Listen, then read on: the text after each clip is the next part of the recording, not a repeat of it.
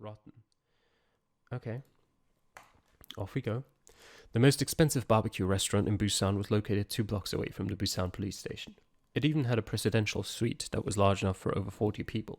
The sergeant of Unit 1 was standing on the stage with a bright red face. He was fondling the few surviving hairs on his head while singing horrendously off-key karaoke of some crass internet viral songs. Below the stage, however, the entirety of Unit 1 was cheering him on. Officer Ji Yeon and I were the only 2 people sitting quietly in the corner, feeling completely out of place. It was the send-off banquet for Sergeant Jeong.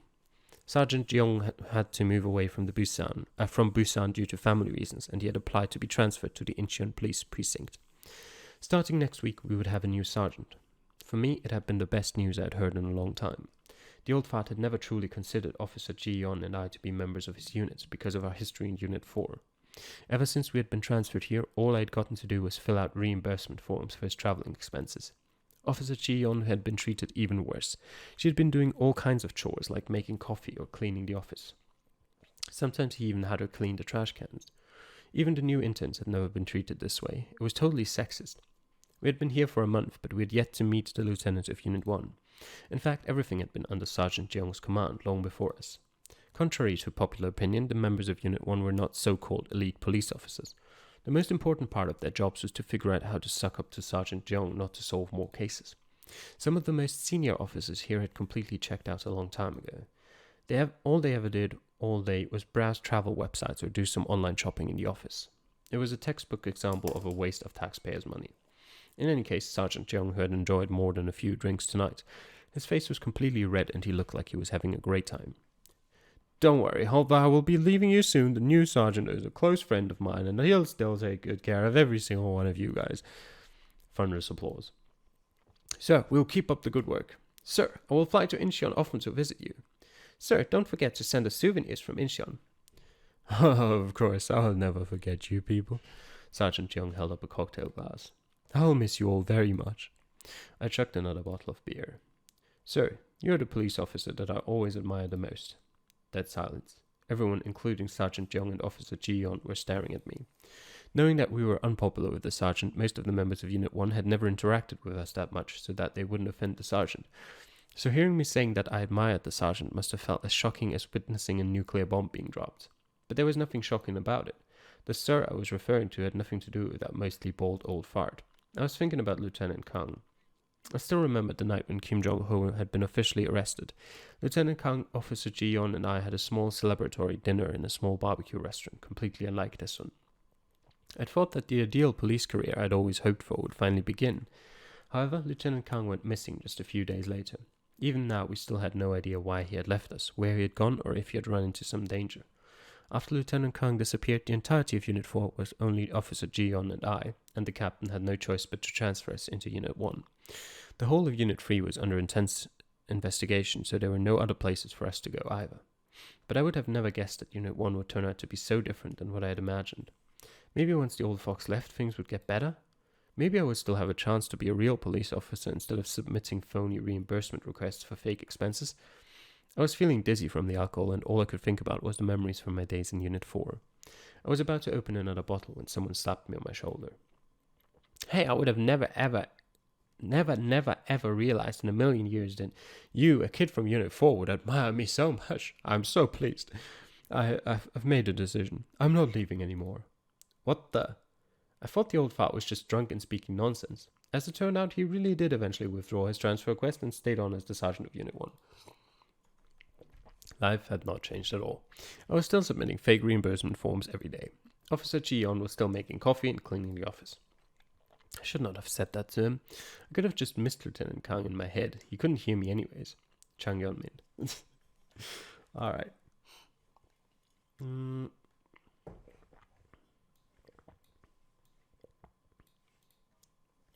Sure. They're wasting valuable 5 seconds of my time. Dead silence. Everyone, including Sergeant Jeong and Officer Ji Yeon, were staring at me. "What did you say?" Officer Ji Yeon whacked her finger in front of my eyes, trying to confirm that I was still sober. "I said I will miss you all when I leave. You and Captain Gong, and that's probably it. I can't stay in this stupid Unit 1 for one more second. All of these hypocritical idiots. I've had enough." I slammed the empty bottle on the table and stood up. The moment when I left the suite, I felt like a huge burden had finally been lifted off of my back. I went back to the office wing of Unit 1. I turned on my computer and finished a resignation letter in only 30 minutes. Then I printed it out and tossed it onto the old fart's desk. It would be the first thing the new sergeant would see next week. I sat at my desk for a long time before leaving. I kept staring at the phone. I felt completely at a loss. I imagined the phone would suddenly ring and that it would be Lieutenant Kang calling. I tried to imagine what he would say to me and what I would say to him. But the phone never rang. It was all just in my head. I couldn't understand why he would simply disappear without leaving us a message. If he had run into something that had forced him to leave, why wouldn't he come out and discuss it together with us? Maybe we had never been as close as I had always thought. Huh. It's an A rank. But it's the best we've got. Okay, I have an idea. Where was it? Which one of these was it? There was one letter here that had a Z rank. Soap opera. It was this one, wasn't it? Yes. Piece of soap. Ground was covered with water and it was very slippery. Ran over, reached out. Piece of soap. Ground was covered with water.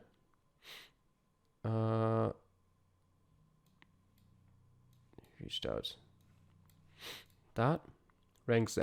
Okay, we'll ignore this for now. Okay. And there's this. The weather was awful again, but I had decided to take a walk, a real walk. When I had learned that I needed to write 2 more pointless reports, I calmly went back to my seat. I created a new document and typed in resignation letter. Honorable Sergeant Jeong, Then what? Well, whatever. Honorable Sergeant Jeong, I want to resign. Save. Too bad the stupid old fart wasn't here, otherwise I'd print it out and throw it in his face right now. I was sitting in the hall of the embassy, waiting to apply for my visa to another country. It was packed with people. Because of the weather, the floor was covered with muddy shoe prints. I took a waiting ticket and put it closer to my eyes so that I could see the number. It still felt a little warm in my hand. 1239. Since the fight in the woods, my sight had become terrible. Although since I didn't know how to fire a gun anyway, it didn't really make that much of a difference. The number on the screen was still in 3 digits. Really? Were there so many people going abroad every day? I had no choice but to find an empty seat and wait. Korean ginseng, kimchi, and what? Oh, spicy sauce. Yes, you want to make kimchi yourself? Then why do you need me to bring kimchi? Sitting next to me was an old grey-haired Chinese man who was on the phone.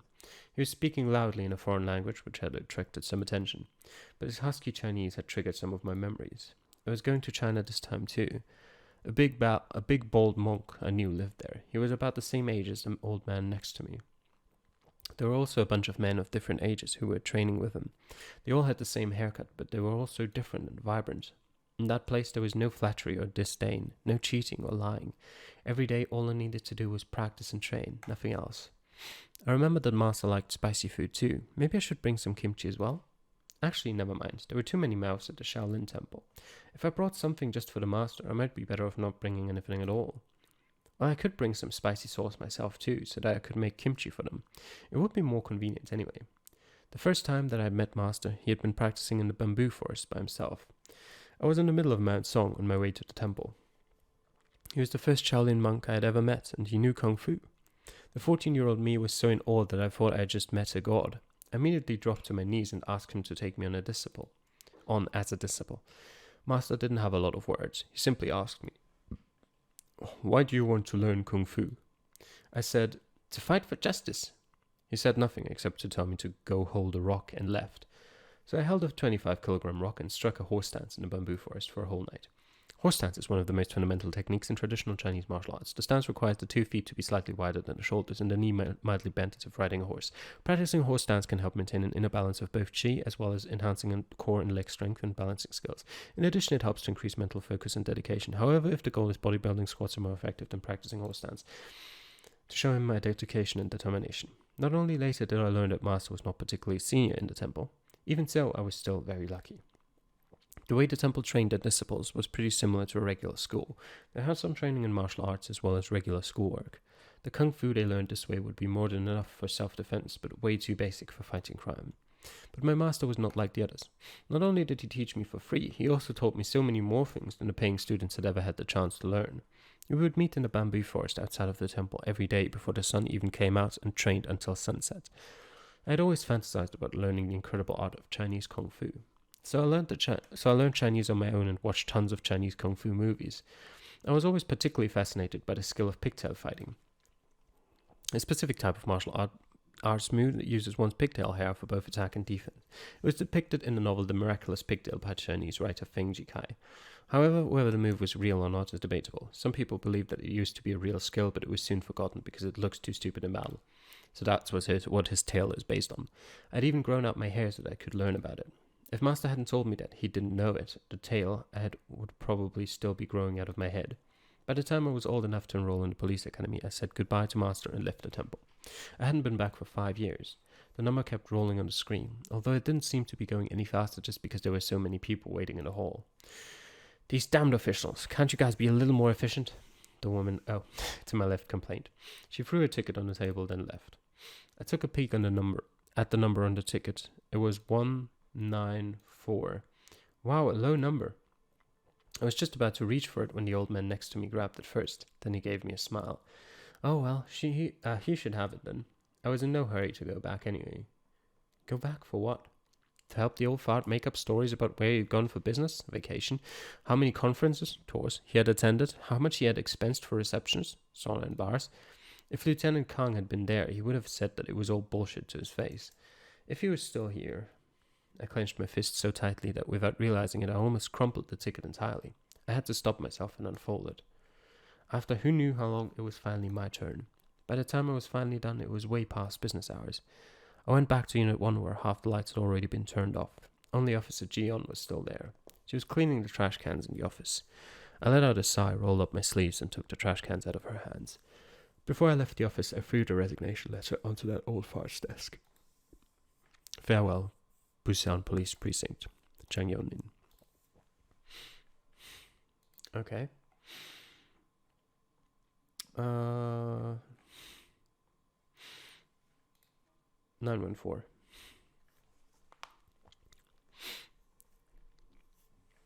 Wow, small number. I was just about to reach for it, okay? But he took a look at the ticket and threw it back to where it had been. 914. The old man must be a little superstitious. 914 in Mandarin Chinese sounds similar to the words about to die, which is why it's considered by some superstitious people as a bad omen.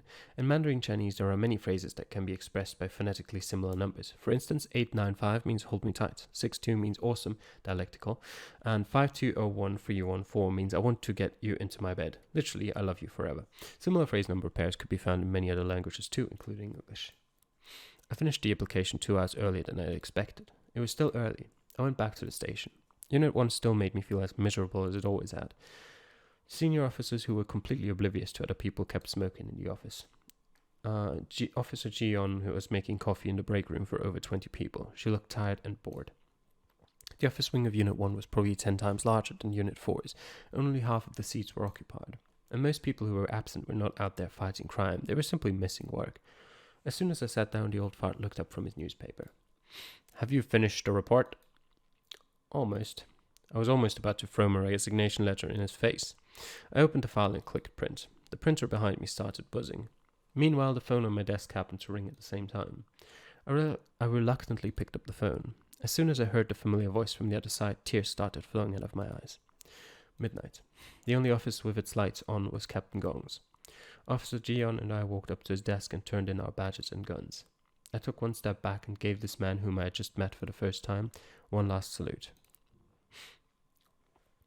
S rank. Okay, good. So this is the only thing we have left, except there's technically something that continues for Wen Jiaoren, but we don't really know how to get there. Spotty. How do we solve your issue? Oops. Looking at the history. Why is this black? Okay. We didn't really know each other. Poor soul with a past full of stories. Oh god. If I have to change something in the past, and this is not going to happen. I can just try random things here. But I don't think it'll work.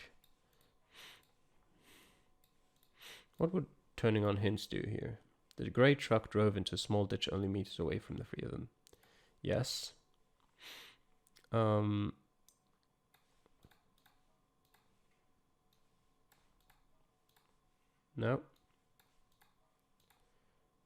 Went past the scene of the fight.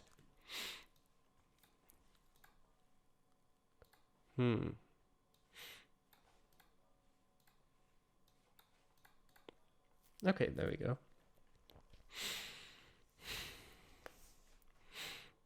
The foreigner attempted to grab the child before he was hit. Unfortunately, he was too slow.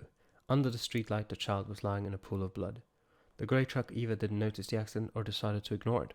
It didn't slow down one bit and quickly disappeared out of sight. The drunk man stumbled and ran away as soon as the foreigner left him alone. He left his son behind, or perhaps it wasn't his son in the first place. The foreigner set the child down on the side of the road and ran after the man.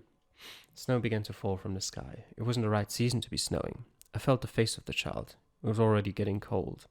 If I stayed there any longer, I would freeze to death myself. I left the child under the light farther and farther behind me. Okay, so this is the right solution. Is the only thing that could get my solution. That could get me a solution. Technically, this.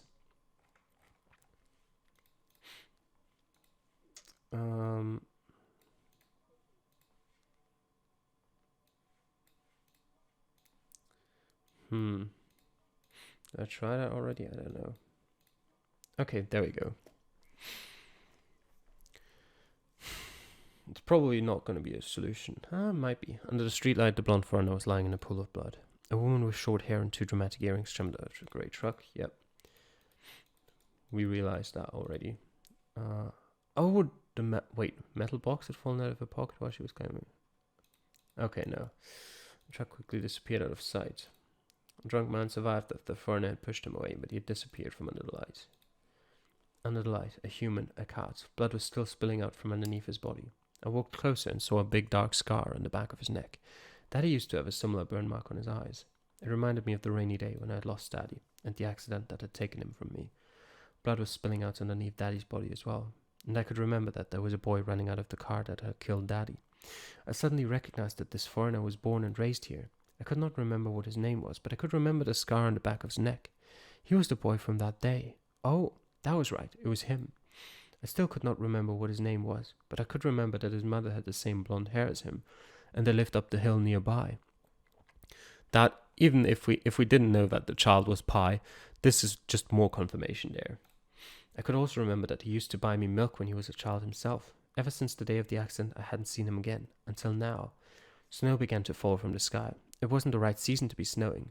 I lay down on his bleeding leg, thinking that maybe this would help him. Oh, the snow is connected to the area where, our main characters technically, and I forgot her name, and Fluffy are living, because that's snowing all the time and is red. There we go. If someone else walked by, I could then ask for help. The air around us was getting colder and colder. The snow was piling up on us, thicker and thicker. My eyelids finally couldn't resist the exhaustion anymore. They were closing slowly, slowly. When I woke up, I thought I had died, or maybe I was in a dream. I was lying on a human's bed, covered with a human's sheet. Its owner was lying next to me, breathing steadily. It was a strange room filled with warm yellow sunlight. There were lots of thick books on the bookshelves. A globe was placed on the top shelf, and a row of lively-looking, small wooden figurines was lined up next to it. A light breeze came in from the outside through the window. It had the distinct smell of a sunny day right after it snowed. It tasted a little cold, a little sweet. On the balcony there was a flower I had never seen before. It was the color of fire, and it was waving lightly in the sweet breeze like a small dancing flame. The sunlight shone through the petals and cast a bright red shadow upon an unfinished diary that was opened up on the desk. Beside the diary I saw a metal box with blue curly carvings. It was the box that had been dropped by the short-haired woman. The human's blonde hair was shining in the sunlight. His calm, sleeping face seemed to be assuring me that this was just another normal and peaceful day. I still could not remember what his name was. I did not know where he had been or what he had been through all these years. But none of that mattered anymore. What mattered was I had finally found a place to return to. Oh, cool. So Spotty became Pie's cat. Okay. I'm still kind of, there's technically a continuation here for Wen Jiao Ren. And I just don't really know how to get that. You know what? We've still got half an hour for this. I want to try some of these. Actually, they're all in red, aren't they? They're all failures. Still, I want to do a couple of them. Should I even read through them? I'm not even sure what this is about anymore. I'm not going to. Okay. Neither of us said anything, not for a long while. Rain had finally stopped. Did he see a rainbow? No. Looked at her beautiful smile as she slept. I couldn't make you happy in this life, but if I had the chance, I would dedicate my entire next life to be with you. An A rank. Okay, wait, so that goes here. Is there anything else? Probably not.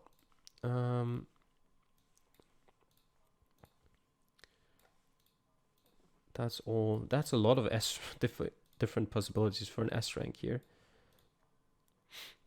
Let's get that quickly.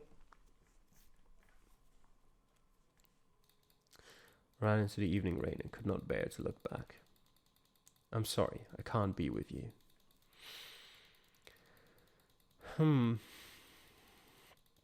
Yeah, that's definitely an X. I found myself arriving at the spot where I'd spread the ashes of my fiancée. Honey, I'm so sorry. The freezing rain kept falling on me. Rain was so heavy, the mountain could be dangerous. Must go back immediately. Stepped into a puddle of mud and slipped. Okay. Yep, that certainly is bad. Okay, there's technically one more that we can get somehow. Not that I know how. There we go.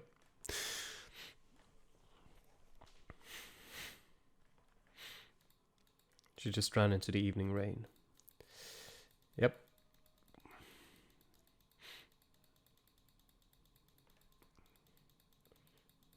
Why on earth would I do something like that? Yep. Dead. Okay, so we can go back to this. Actually, we don't even have to do much of that. We can just do this. The S rank, yep. But I do not know how to get further here, so off we go.